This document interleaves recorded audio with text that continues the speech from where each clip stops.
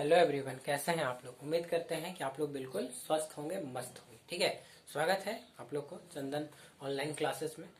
तो हम लोग जो है पहले का जो टॉपिक था उसको हम लोग आगे बढ़ेंगे, जिसमें हम लोग पढ़ रहे थे। क्या पढ़ रहे थे बताइए। हम लोग पढ़ रहे थे विजयनगर साम्राज्य। क्या पढ़ रहे थे? विजयनगर साम्राज्य। ठीक है, विजयनगर साम्राज्य पढ़ रहे थे। इसमें हमने आपको बताया था कि विजयनगर साम्राज्य में 4 वंशों ने शासन किया। ट्रिक भी बताए थे। संगम वंश, क्या ट्रिक था लिख देते हैं, आप लोग तो भूल जा रहे हैं। क्या था? संगम शतुआ। ट्रिक क्या था जी? संगम शतुआ, जिसमें संगम वंश, सालू वंश, तुलु वंश और अरबिडो वंश। ठीक है, तो इसमें हम संगम वंश कंप्लीट डिस्कशन कर चुके थे। इसके बाद सालू वंश का डिस्कशन हो चुका है। आज हम लोग का डिस्कशन कहाँ पर है? आज हम लोग डिस्कशन करेंगे तुलु वंश पे। कहाँ पर डिस्कशन करेंगे? तुलु वंश। और तुलु वंश का जो सबसे योग्य जो राजा था उसी का हम डायरेक्ट यहाँ पर बात करेंगे। ठीक है, यहाँ पर हमारा जो टॉपिक रहेगा वो रहेगा कृष्णदेवराय। आज का टॉपिक क्या है? कृष्णदेवराय। तो चलिए स्टार्ट करते हैं। ठीक है, इसको रब कर लेते हैं और स्टार्ट करते हैं। चलिए, टॉपिक क्या है हमारा? कृष्णदेवराय। आज का टॉपिक है कृष्णदेवराय। अच्छा, आप लोग बताइए, कृष्णदेवराय जो है ये कौन सा वंश का होगा? बताइए। अभी जस्ट तो आप लोग को बताएं संगम शतुआ, तो ये कौन सा वंश का होगा? सालू वंश। कौन सा वंश का होगा जी? सालू वंश। और ये एग्जाम में हमेशा पूछ लिया जाता है कि जो कृष्णदेवराय है वो कौन सा वंश का था। ठीक है, तो इस पर आप लोग ध्यान दीजिएगा कि कृष्णदेवराय कौन सा वंश का था। स्टार्ट करते हैं। देखिए, सबसे पहले जो है पहला शासक का क्या नाम था? कृष्ण देव राय। क्या नाम था जी? कृष्ण देव राय। शॉर्ट में इसको बोलते हैं केडीआर। क्या बोलते हैं? केडीआर। केडीआर का मतलब क्या होता है? कृष्ण देव राय। ठीक है, तो कहते हैं कि तुलु वंश का सबसे प्रतापी शासक कौन था? कृष्ण देव राय। तुलु जो वंश है, देखिए तुलु वंश, तुलु वंश का सबसे प्रतापी, सबसे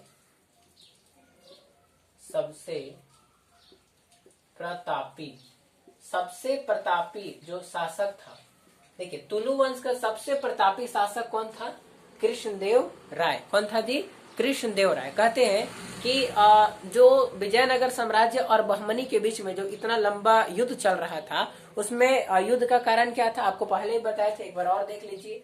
युद्ध का कारण था क्या? विजयनगर साम्राज्य। यहाँ देखिए, ये है विजयनगर और ये है बहमनी, और यहाँ पर क्या है? रायचूर द्वाब। क्या है जी? रायचूर द्वाब। और ये रायचूर द्वाब क्या है? उपजाऊ भूमि का टुकड़ा। रायचूर द्वाब क्या है? उपजाऊ भूमि का टुकड़ा। ठीक है, तो कहते हैं कि जो तुलु वंश का जो सबसे प्रतापी शासक कृष्णदेव राय जो था, ये क्या किया कि रायचूर द्वाब पर कब्जा कर लिया। क्या कर लिया जी? रायचूर द्वाब, रायचूर द्वाब, रायचूर द्वाब, रायचूर द्वाब पर कब्जा कर लिया, कब्जा कर लिया। ठीक है, अभी देखिए, छोटी मोटी बड़ी बात, छोटा बात नहीं है, बहुत बड़ी बात है कि रायचूर द्वाब को क्या कर लिया? कब्जा कर लिया। 200 वर्षों तक युद्ध चला जी, 200 वर्षों तक। कहते हैं कि विजयनगर और बहमनी जो युद्ध चला है ये बहुत ही लंबे समय तक चला है। और इसमें क्या हुआ कि जो कृष्णदेव राय है वो रायचूर द्वाब पर कंप्लीट क्या कर लिया? कब्जा कर लिया।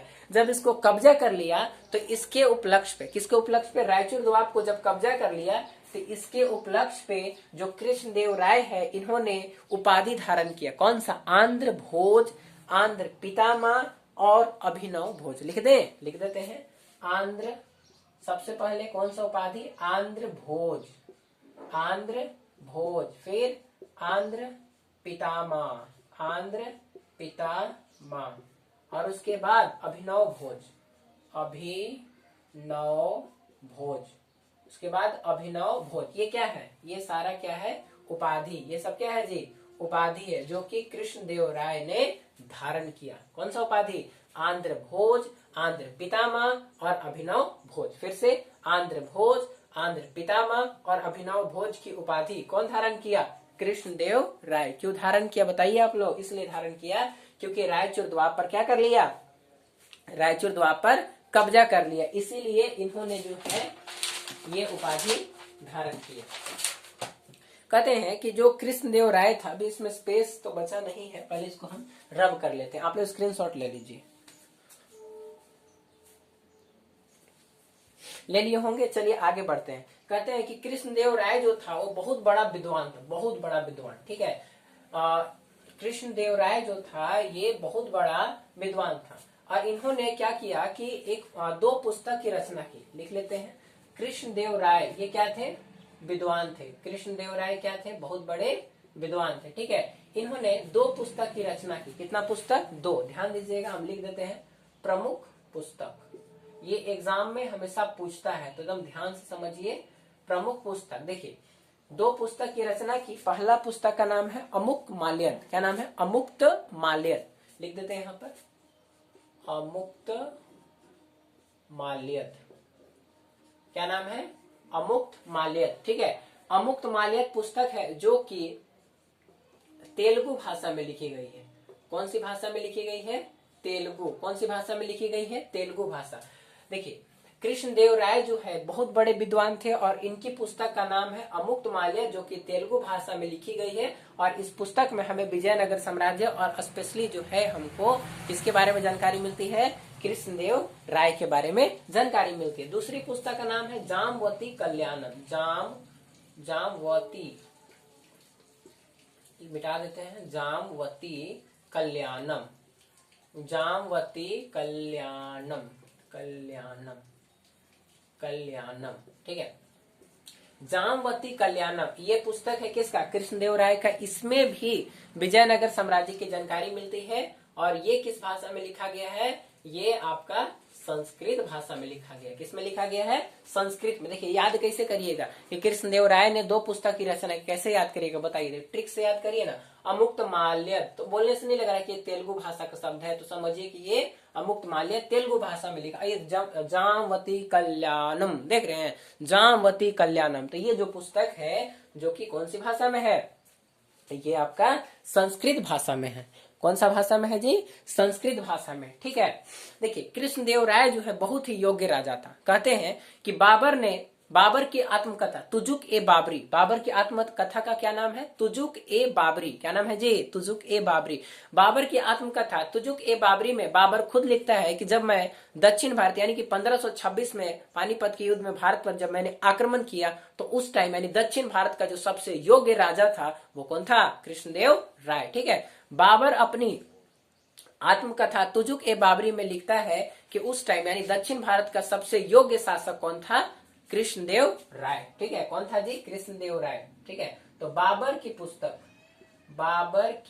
नहीं, आत्मकथा। अब कंफ्यूज ना हो, आत्मकथा क्या है, देखिए एक होता है आत्मकथा। आत्मकथा का मतलब वो जो अपने बारे में खुद लिखे वो आत्मकथा है। ठीक है, जैसे आप मेरे बारे में लिखेंगे तो वो जीवनी कहलाएगा, लेकिन हम अपने बारे में खुद लिखेंगे तो वो आत्मकथा कहलाएगा। ठीक है, बायोग्राफी, ऑटोबायोग्राफी। तो बाबर की जो आत्मकथा है, बाबर की आत्मकथा क्या है, तुजुक ए बाबरी। तुजुक ए बाबरी, बाबर की आत्मकथा तुजुक ए बाबरी। ठीक है, माफ करिए थोड़ा तबीयत ठीक ठाक नहीं है। बाबर की आत्मकथा तुजुक ए बाबरी जो है, इसमें बाबर वर्णन करता है कि उस समय दक्षिण भारत का सबसे योग्य शासक कौन था, कृष्णदेव राय। कौन था जी, कृष्णदेव राय। ठीक है, और उस टाइम का ये सबसे शक्तिशाली शासक था कौन, कृष्णदेव राय। देख रहे, बाबर अपनी आत्मकथा में कह रहा है कि कृष्णदेव राय दक्षिण भारत के सबसे योग्य शासक थे। तो बाबर की आत्मकथा क्या है, तुजुक ए बाबरी। बाबर की आत्मकथा क्या है जी, तुजुक ए बाबरी। और दक्षिण भारत का सबसे योग्य शासक कौन था, कृष्णदेव राय। ठीक है, देखिए इसके बाद जो कृष्णदेव राय थे कई शहरों को भी बसाया, कई मंदिरों को भी बसाया। इसमें बहुत फेमस है नांगलपुरा, नांगलपुर शहर। तो ये जो नांगलपुर शहर है, नांगलपुर शहर किसने बसाया, तो नांगलपुर शहर जो है वो कृष्णदेव राय ने बसाया, जो कि विजयनगर में ही उपलब्ध है। ठीक है, इसके बाद जो है अगला, इसके बाद फिर क्या है, विठल स्वामी और हजारा मंदिर। दो मंदिर था, लिख देते हैं यहाँ पर, विठल स्वामी और दूसरा कौन है, हजारा मंदिर। ठीक है, तो दो मंदिर का निर्माण करवाया, विठल स्वामी मंदिर और दूसरा कौन सा है, हजारा मंदिर। ठीक है, जो कि कहाँ पर है, ये भी विजयनगर साम्राज्य में ही है। ये कहाँ पर है जी, विजयनगर साम्राज्य में ही है क्या? विठल स्वामी और हजारा मंदिर। इस तरह से हम बोल सकते हैं कि दक्षिण भारत में कई मंदिरों का निर्माण किया, जिसमें विठल स्वामी और क्या है, हजारा मंदिर कहाँ पर उपलब्ध, ये कहाँ पर स्थित है? विजयनगर साम्राज्य में। ठीक है, चलिए आगे बढ़ते हैं। देखिए इसके टाइम में दो विदेशी यात्री आए। कृष्णदेव राय के टाइम में दो विदेशी यात्री आए। आप लोग स्क्रीनशॉट ले लीजिए, पहले स्पेस नहीं बच रहा है, स्क्रीनशॉट ले लीजिए। ले लिए होंगे, रब करते हैं।